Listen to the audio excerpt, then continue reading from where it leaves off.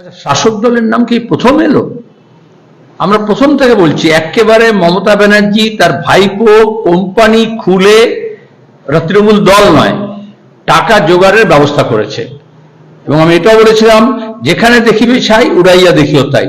দুর্নীতির গন্ধ পেলেই সেখানে তৃণমূলের নেতা, মন্ত্রী, এমএলএ, এমপি, ভাইপো, পিসি তাদের নাম আসবে। আর এই জন্যই ইডি সিবিআই তদন্তে হোঁচট খাচ্ছে, কারণ পিসি ভাইপো পর্যন্ত পৌঁছবে না। কাকুর গলা স্বর নিয়ে কত নাটক হলো, আর তারপরে যেই পাওয়া গেল যে লিপস অ্যান্ড বাউন্স কোম্পানিতে টাকা জমা পড়েছে, অভিষেকের টাকা কোম্পানি জমা পড়েছে, ব্যাস চুপ হয়ে গেল। এখন আবার জীবন কৃষ্ণের কাছে যাচ্ছে। আগে তো গেছিল, যেই ভোট আসবে আবার ইডি সিবিআই তৎপরতা দেখাবে, আর তোমরা অমনি আরম্ভ করবে এইবার ইডি, এইবার সিবিআই।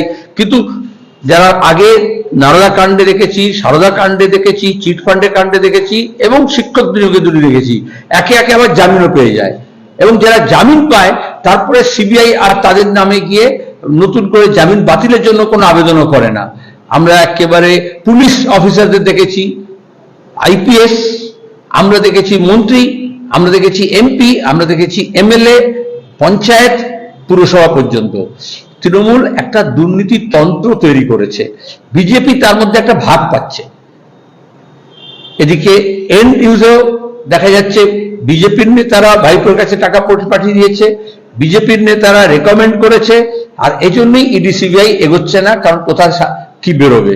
আর অন্যদিকে তৃণমূল এটা শিখেছে, এই নিয়োগে যে দুর্নীতি হয়। আগে তো বামফ্রন্ট সরকার ছিল, স্কুল সার্ভিস কমিশন হতো, মাদ্রাসা সার্ভিস কমিশন হতো, কলেজ সার্ভিস কমিশন হতো, প্রাইমারি থেকে বিশ্ববিদ্যালয় পর্যন্ত নিয়োগ হতো, তখন তো এরকম চাকরি নিলামের ব্যবস্থা ছিল না। এখানে সমস্ত ব্যবসা প্রতিষ্ঠানের বিজ্ঞাপন প্রমোশন করানো হয়। বিশদে জানতে আজই যোগাযোগ করুন।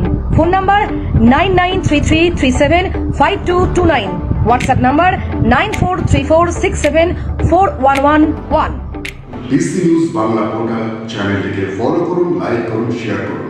পিসি নিউজ বাংলা, এই খবরটি ভালো লাগলে অবশ্যই লাইক এবং শেয়ার করবেন।